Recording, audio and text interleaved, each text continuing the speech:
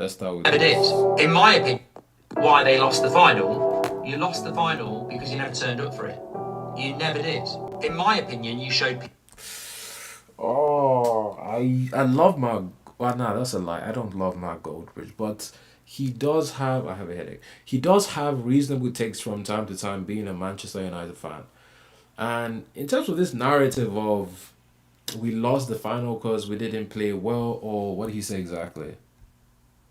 Final because you never turned up for it. Because we never turned up for it. People saying that we didn't try, we ran away, we were cowardly, or whatever. It's like that is such a brain dead take because why are we acting like Arsenal and PSG were on the same level? The truth is Arsenal and PSG were never on the same level. That's just the truth of the matter. Like is Arsenal bad or is Arsenal good? If you're saying Arsenal is crap and PSG was supposed to beat us, why are you surprised that we played a defensive game to try to match a team that was better than us? Or are you actually turning around to say that Arsenal is actually the best team in the world? Which, if you want to say that, I won't argue with you. But the truth is, PSG was just too good. Their attackers cannot be compared to our attackers. So we had to do what we had to do to make the game competitive, and we could have won. Like, let's face it, Arteta is the star of this team. And the reason why Arteta is the star of this team is because he doesn't have attackers. Arteta is the only great manager with a great team who doesn't have any attacker that can win him a game. Pep had Messi, Pep had Haaland, Pep had De Bruyne, Pep had David Silva, Pep had all these players who could win games for him. Pep had Toni Kross, Pep had what's the name of the guy that played for Barcelona, he does whatever. He got Lewandowski. They had so many great players. Mourinho had Drogba, Ancelotti had Ronaldo. Do you understand what I'm trying to say? Every other upper echelon manager that won something had upper echelon players in attack. Arteta doesn't have any of that. Now we have superstar defenders, so obviously we're playing to our strengths. So yeah, I don't understand when people try to use that narrative. You never did. In my opinion, you showed PSG too much respect. I've watched a lot of the. Too much respect. What did you want us to do, for God's sake? Like, do they not understand that this is the best team in the club, in the world?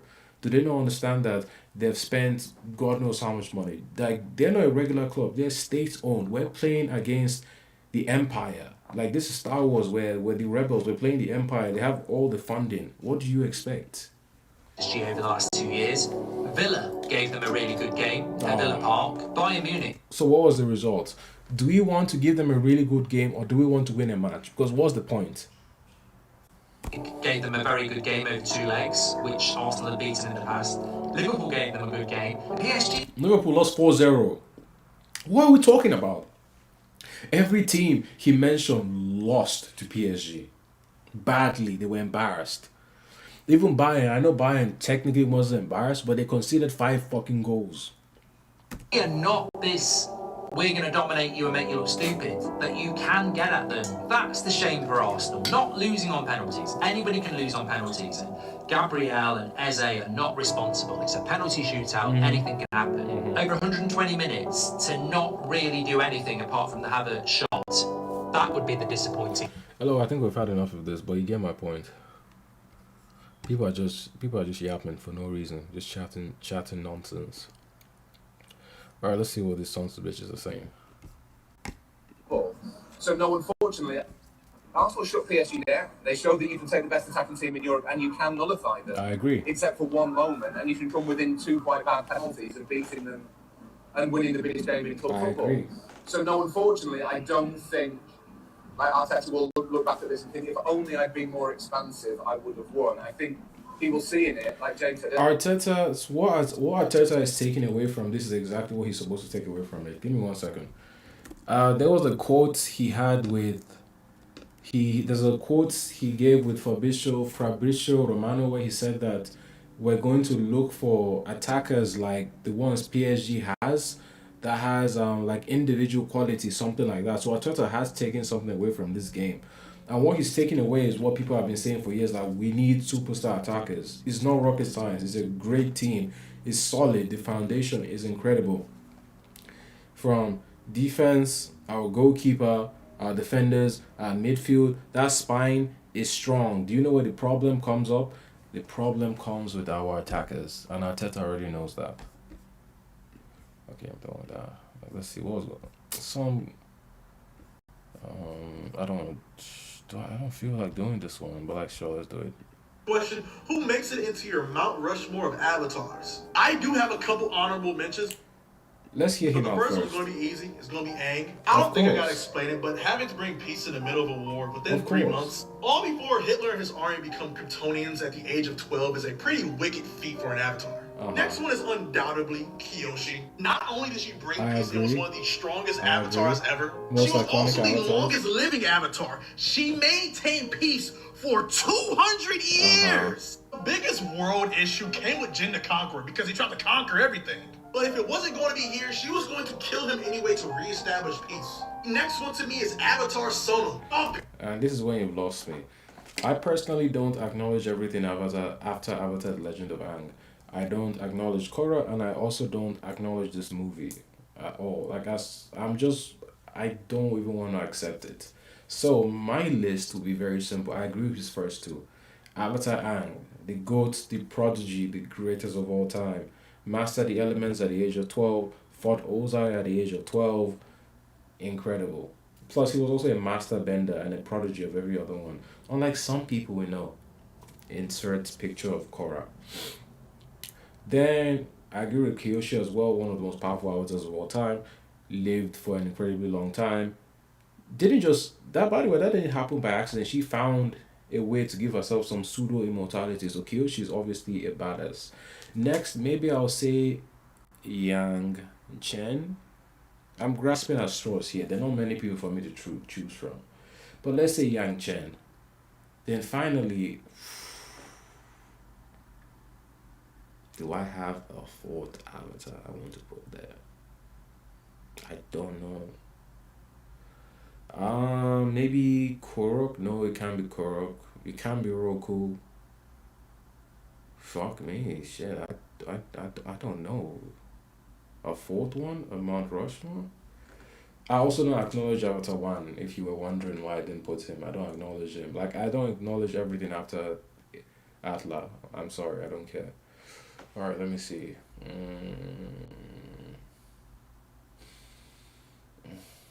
I'm sorry, I can't think of any other one. Let's go with 3 for now.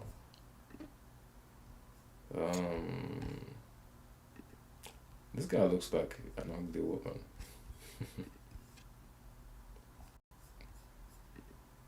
I like Ezra though, especially running. Bruno versus Odegaard. Bruno. No, by far. Bruno versus Palmer.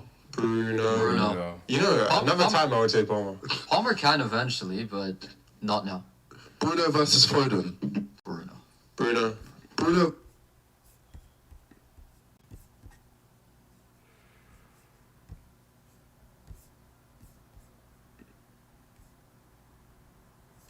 Alright. Audiences. What's silly? Is that better? Well, give me a silly. Why don't I just study nitwits like him with big audiences? What's silly? Is that better? Well, give me a silly. Why don't I just study your feed, but every now and again you Give me pop one. This is horrible. The devil and Satan are having an argument. I don't even know who is worse. pop up. You can't tell me a single thing I said. Every now and which is silly. again. What we've got now is a digital scenario. Well, like for example, yesterday he posts a tweet about something to do with me because he's piggybacked off the fact we've mentioned about Arsenal Well, you fans. call me a splinter group of an obnoxious bunch of little twits. Which has resonance, So, I respond. which is resonance, right? So he gets, and he'll be looking at it because he likes his little digital No, I keep an eye on what He'll look at his 800 followers, and I post a bit about. I have 89 million followers. Piers- I think last time I checked. No, it's 800 followers. About 8 million more than It's you. 800 likes that he gets with his little digital tweet, and I'll put. Who would have thought this? Who would have thought? What's his name? Pearson could actually make me laugh. I wouldn't get into following it, No, of because course you really will get what they call penis envy. Because in it's hospital. desperately important for you to have it, Piers. So I know that. But I was making a point because I know how important it is to you and how digital worlds resonate with you. You posted a tweet making an observation about something I've said and get 800 likes. I posted a tweet about you coming and sniffing the chair with Martin Keown being here, and I get 8,000 likes. So we talk about how we interact. But the digital world and the engagement and the banter, this is not hate. This Yes, is it parody. is. But keep going. And banter and engagement and footprints and creating reactions. We saw a couple of years ago, I mentioned it the other day, where Man United talked about digital engagements and talking about following the trend of what their fans want to hear and then bringing players out to say these things, Yeah. to be able to create the Yeah, change. but you regularly say you hate these quotes, little twerps, on Arsenal Fan TV. I don't like some of their Is that material. banter? I don't like some of their material in the same way that Why? I might not like some of mine. Why? Because I don't think it's particularly constructive or informed. It's not supposed to be constructive or informed. People have such a weird opinion of Arsenal Fan TV. It's Arsenal fans on television. Fans are not always going to be articulate. Like, you're a dickhead. The fans are also going to be dickheads. Some of them are drunk, some of them are cranky, they're emotional. That's the point. You're interviewing them right after their team lost. Like, people understand that Arsenal Fan TV got big during the worst period in recent memory, of Arsenal Football Club. That's why the fans were so emotional during those periods, because we would lose 8-0, we would lose 6-0. How do you want them to react? We put in a 40+1. We put a 40 million euro bid for Luis Suarez. Liverpool said that's not enough. We then returned with 40 million plus one. How do you expect fans to react to the nonsense that was going on during that time period? Of course they're going to be emotional. I don't even understand this Arsenal Fan TV here. I think it's because, really, again, it's culture. Arsenal is the most relevant club on the planet. Like, other teams have funny fans, other teams have fan TVs, other teams do stupid things, but no one gives a fuck about them. Arsenal is the only club that neutrals will go watch for whatever reason. But for some reason, just everyone pays attention to Arsenal. Like, Arsenal Fan TV was not the first fan television in the world, but for some reason, everyone pays attention to it. My particular brand of like is to listen to somebody that I am engaged with and think has some substance. And so when I see these guys running off on their rants, I don't appreciate it, I don't like it. Now, they might not like my content, that's fine. We can all live in different spaces. Yeah. So when I was But you can't argue, surely, that the Arsenal Fan TV guys, they love their club. They're passionate about their club. They followed it, in some cases, for 40 years, home and away, every game. The idea they're not knowledgeable or informed about Arsenal When the worst person you know makes a great point. is ridiculous. They are probably the most informed That wasn't my people. point. No, but That wasn't my point. But because they express themselves passionately, That and wasn't they my point. argue, and they blow up, and wasn't they my hate point. losing, and they love winning. That wasn't my point. What's wrong with that? That wasn't my point. My point was, in conjunction with the question, was why is it Arsenal as a football club? Because I've always defended the notion that isn't that way. And then I've seen stupid comments. I've seen Pardew come out with that ridiculous comment about Arsenal's season will be asterisk if they win the league because all they do is win by set pieces. I've seen some of the responses. I've seen the silliness that I thought that Gabby and Jason were doing by wearing PSG shirts in the studio to get a rise. I don't like that kind of bullshit. I actually thought that showed mental health issues. Yeah, I I do. I honestly think Spurs and Chelsea fans have gone slightly nuts. So what you were asking me- the pressure of their own lack of performance Maybe. and us winning the Maybe. league has sent them Maybe, mad. maybe. I feel genuinely I'm sorry not for sure that's them. right. Not just Spurs and Chelsea. To be honest, Spurs is fine. They have always been losers, and the highlight of being a Spurs fan is watching Arsenal do badly. So to be honest, I have no problem with Spurs fans celebrating Arsenal losing. Like, Spurs fans are supposed to do that. Like, that's the only thing going for you. Like, you guys are garbage without it. But Chelsea, Liverpool, Manchester United, oh, come on. Like, this might be some of the most shameless generation of fans ever. But what I was then trying to do is explain the reasons why, to the context of the question you were asking, why there's an adverse reaction. And that's what I was saying. When you get these Arsenal fans ranting and raving and saying some of the things that they do, and then you get this nitwit over here popping up with his little brand of observation in social media. What, Piers? Yeah. Little brand of 9 million followers. Whatever, how many followers you've got, Piers? Well, a lot more than you, Sancho. Fantastic, but I don't judge my It's not a work by little that. brand. But I don't judge myself by those Comparatively, numbers. this is a little brand. My YouTube channel has 4.5 million subscribers. I'm delighted. I have 9 million followers on X. So when I say something to 9 million I'm delighted. people, I'm saying it to a lot I'm more delighted. millions than you. I'm delighted. But it's not a little brand. I'm not a little nitpick. No, I'm You may delighted. not like what I say. I'm delighted. But the platform I have is I'm infinitesimally delighted. bigger than yours. I'm delighted out of the car crash of Talk TV that you've pivoted into the digital world and hung on by your fingertips, right? But the bottom line is I'm looking at the content. I'm looking at the content, and you're asking me why. Yes. People are reacting negatively There you go. to what's being said. So I floated the idea without a great deal of commitment to it that silly comments that are antagonistic made by nitwits like him with big audiences. What silly Is that comment? better? Well, give me a silly Well, I comment. don't know. I don't study your feed, but every now and again you Well, give me one example. You pop up with observations Well, give about me one Arsenal that's silly. inflammatory. I don't know. I can look through it in a Exactly, you second. can't think of one. You just No, said it. every now You and just again. literally said that, and you can't tell me a single thing I said. Every now. Okay, I'm satisfied. Done. Get rid of that.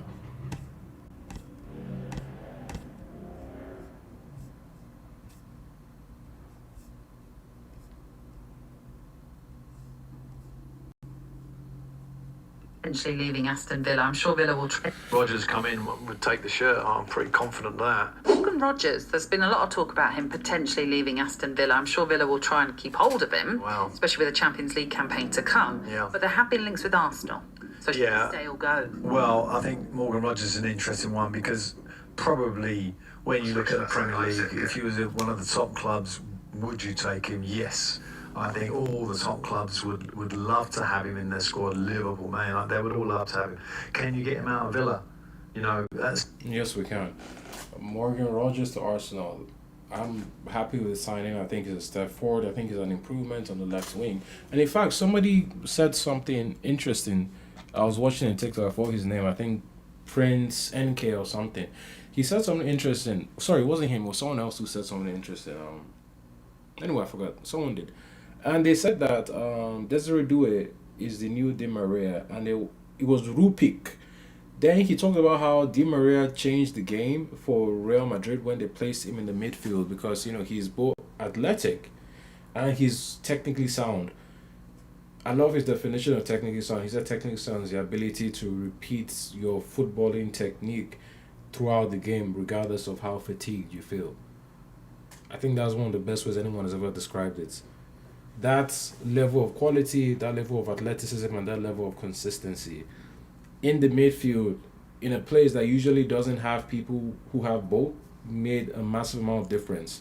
And Real Madrid regressed when they sold Di Maria and bought James Rodriguez because that was the reason they sold Ozil.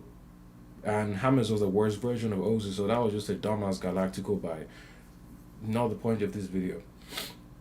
I would love to see Morgan Rogers as our new number 10. I would love to see an Arsenal midfield of Morgan Rogers, Miles Lewis-Skelly, and our captain, Declan Rice. I think that would be incredible. They have great legs, they have great talent, they'll run into the box, they'll run back for defense, and Morgan Rogers will really just push our attack forward.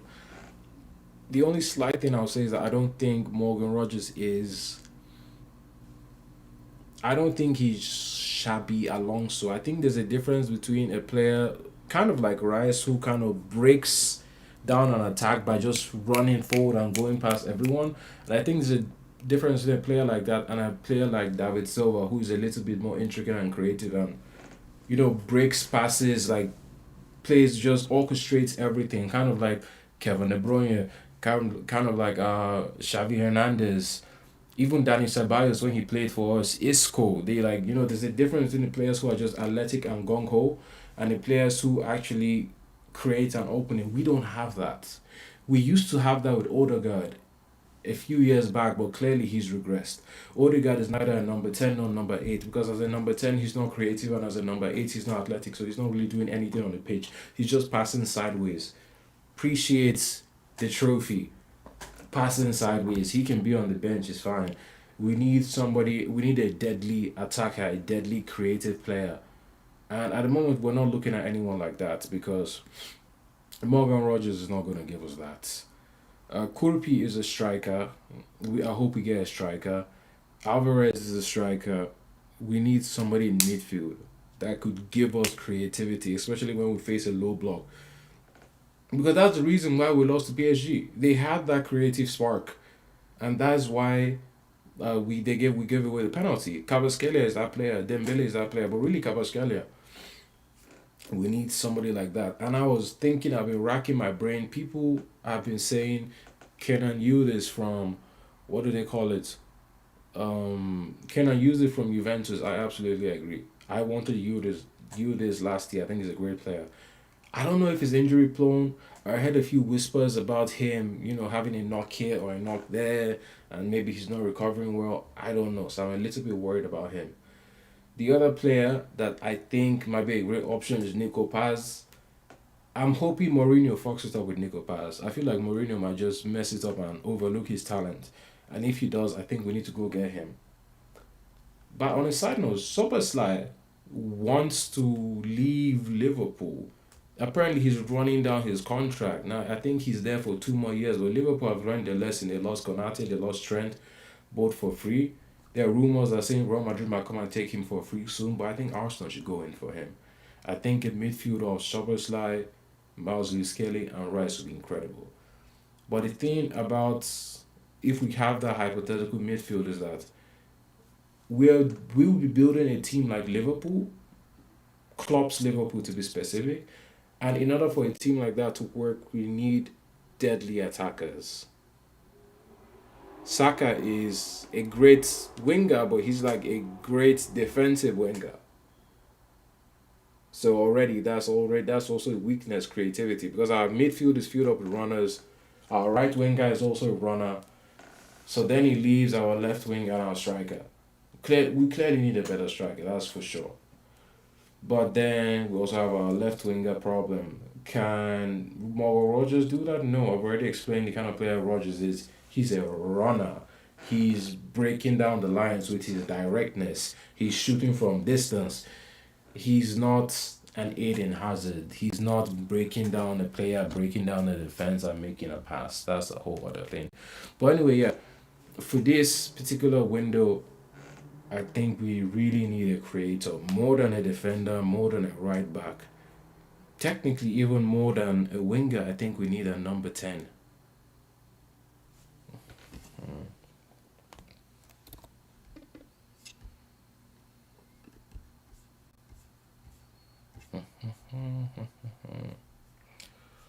Toni Kross had some words for us. Okay. Toni Kross says, you can debate Arsenal's style of play because I think they have the players to play differently too. Maybe not in the final against PSG, who are even better technically, but in general, I would have liked Arsenal at times to play a bit differently without leaving themselves exposed and taking too many risks. You see how he's already asking for too much. I would have liked Arsenal at times to play a bit differently without leaving themselves exposed. What is oxymoronic? If we played a bit differently, we would have left ourselves exposed and we would have considered 5 goals just like Bayern considered 5 goals, or was 4 goals like Liverpool considered 4 goals. Do you understand what I'm trying to say? That's oxymoronic. Some of these football players retire and start chatting nonsense. But let's keep going. I understand the approach, but I do think they have the football. We don't. We don't have the footballing quality. Okay, I understand the approach, but I do think they have the footballing quality to be a bit more offensive or vary their style, especially with players like Rice, Odegaard, Saka, Eze, and Madueke. And these are the words of a delusional Arsenal fan. Because they're two different fan bases. They're two different sets of fans, like in every fan base. And for Arsenal, you have the fans who are a bit more, we need to do better, they're not good enough, blah, blah, blah. You also have the fans who are like, oh my God, it's fine, we did. Not good enough. He mentioned Rice, Odegaard, Saka, Eze, Madueke. First of all, does he even watch Arsenal? Rice, yes, great player, possible Ballon d'Or candidate. But he's not that kind of player, though. That's not his job in a team, to be creative and unlock defenses. He's already doing a lot. He was one of the best players on the pitch. If Gabriel was a 10, Rice was up there as an 8 as well. He was incredibly important for us, but he's a proper midfielder. He's a proper number 8. He's making tackles. He's pushing the ball forward. Creativity is not his goal. Then he mentioned Odegaard. I just gave a rant about Odegaard a few minutes ago. He's not doing enough. He's neither a number 8 nor a number 10. He's not doing anything well. Now, he could be great for being an impact substitution because he was great against West Ham. He dead as won us the title with that match against West Ham, but as a starter consistently, Odegaard doesn't do enough. He plays too conservatively. He's not unlocking defenses. He's not being the mercurial dynamic player he was when he joined us. So he's not giving us the creativity we're looking for. He plays like a 35-year-old washed up number 10. Then we'll have Saka again. I've explained this. Saka, great player, our son. Good luck to his marriage coming soon. Saka is a defensive number 7. He's a defensive winger.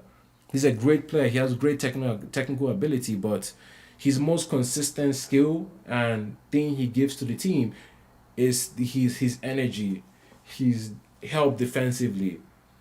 But he's not again going to break down an attack for us. He could, but that is not really a consistent thing he's given us. Now obviously he's recovering. Maybe once he's rested a little bit, he might give us more.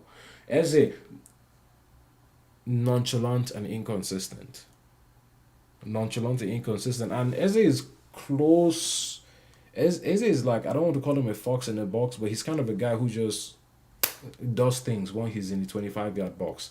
Like takes a shot, scores the goals like from 20 yards, 19 yards, 21 yards.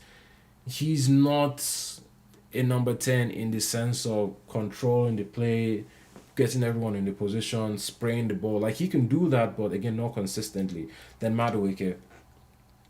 Madueke is lightning in the bottle. The problem is that he only strikes lightning once every 8 football matches. If Madueke gets the ball 10 times on a pitch, he's doing bullshit 8 times, maybe 11. So it's not. I can't even call him inconsistent because actually he actually is consistent. The problem is that he's consistently crap. That's the problem with Madueke. But anyway, let's keep going. I think they do have the technical quality for that, particularly going forward. Again, he doesn't watch Arsenal. He doesn't know what he's talking about. His barber doesn't also know what he's doing. Now, questions have been raised on whether Arsenal struggle to retain possession were down to a lack of individual quality in attack or the result of Arteta's tactical instruction. It's clearly lack of individual quality in attack. Because we stopped multiple PSG attacks and we would send the ball forwards, but attackers could not control it, especially once Kai Havertz went up, because Gyökeres, nothing stuck to Gyökeres. Gyökeres makes me miss Olivier Giroud, and I hated Giroud, even when he was an Arsenal player. Like Giroud, it's so funny to think now because if Giroud chests the ball, if Giroud controls the ball, he's keeping the ball, then he's passing it to one of our players. If Giroud played PSG, we might have won. Wallahi, he actually has a connection with the football. Gyökeres plays football as if he should be a rugby player or an American football player. So let's see. Oh yeah, not only him. Even Saka. Once Saka got the ball in forward positions, honestly, he didn't do much with the ball. Same thing with Odegaard. He didn't do much with the ball. The only person who was doing a lot with the ball to help us retain possession was Miles Lewis Kelly. Miles Lewis Kelly will break down, will run past, press resistant, 3-4 players, then spray the ball to the opposite side of the pitch. Then Saka might get it, Odegaard might get it, and I think they made a chance for Havertz, and I know Havertz scored that first goal, but maybe he could have taken that other chance as well. But anyway, he doesn't know what he's talking about. This is my club. I fucking love my club. Would you give Calafiori to? You know what? I'll deal with this another day. I don't have the energy to talk about that. Anyway, guys, I told you it was gonna be short. I'll see you later. Was I recording? Ah, shit, I wasn't recording, but it's fine.